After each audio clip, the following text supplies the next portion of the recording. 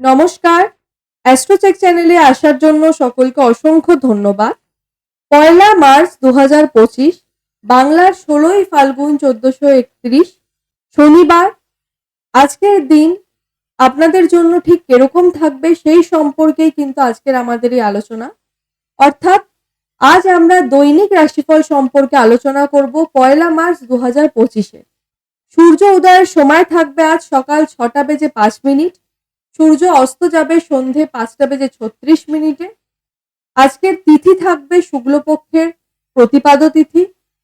সকাল ১১টা বেজে ২২ মিনিট পর্যন্ত থাকবে আজকে পূর্ব ভাদ্রপদ নক্ষত্রের অধীনে, এবং তার পরবর্তীতে পুরো দিনটি থাকতে চলেছে উত্তর ভাদ্রপদ নক্ষত্রের অধীনে। আজকের দিনের রাহুকাল থাকবে সকাল ৯টা ৪৫ মিনিট থেকে সকাল ১১টা বেজে ১২ মিনিট পর্যন্ত, এবং এই সময়কালে কোনো গুরুত্বপূর্ণ কর্ম করা থেকে বিরত থাকাটাই কিন্তু শুভ হবে।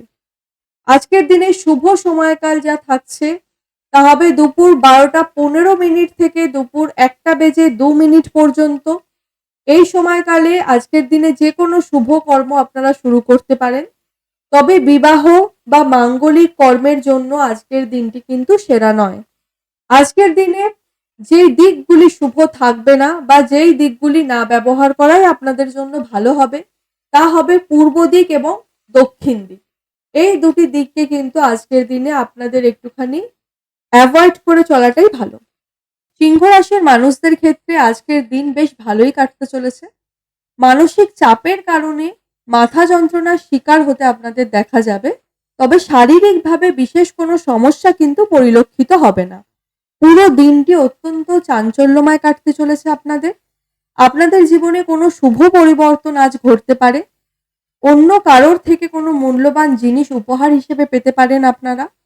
চিকিৎসার কারণে অর্থ ব্যয়ের পরিমাণ যথেষ্ট মাত্রায় বৃদ্ধি পাবে। আজকের দিনে আগুন থেকে সতর্ক থাকার পরামর্শ দেওয়া হচ্ছে আপনাদের। পারিবারিক ক্ষেত্রে আজ বাধা বিপত্তির সম্ভাবনা থাকছে, তবে পরিবারের সঙ্গে কিন্তু আপনি যথেষ্ট ভালো সময় কাটাতে পারবেন। ব্যবসার ক্ষেত্রে দিনটি অতীব শুভ থাকতে চলেছে। কর্মস্থানে আজ আপনার সুনাম বৃদ্ধি পেতে পারে। পুরো দিনটি জুড়ে আপনার জন্য যে শুভ সংখ্যা থাকবে তা হবে ৩, এবং শুভ রং হতে চলেছে আপনাদের ক্ষেত্রে কমলা, ঘিয়ে এবং সাদা। আমাদের চ্যানেলের দৈনিক রাশিফল এবং মাসিক রাশিফল পেতে চ্যানেলটিকে সাবস্ক্রাইব করে পাশে থাকবেন। অনুষ্ঠানটি কেমন লাগলো অবশ্যই কমেন্টের মাধ্যমে জানাবেন।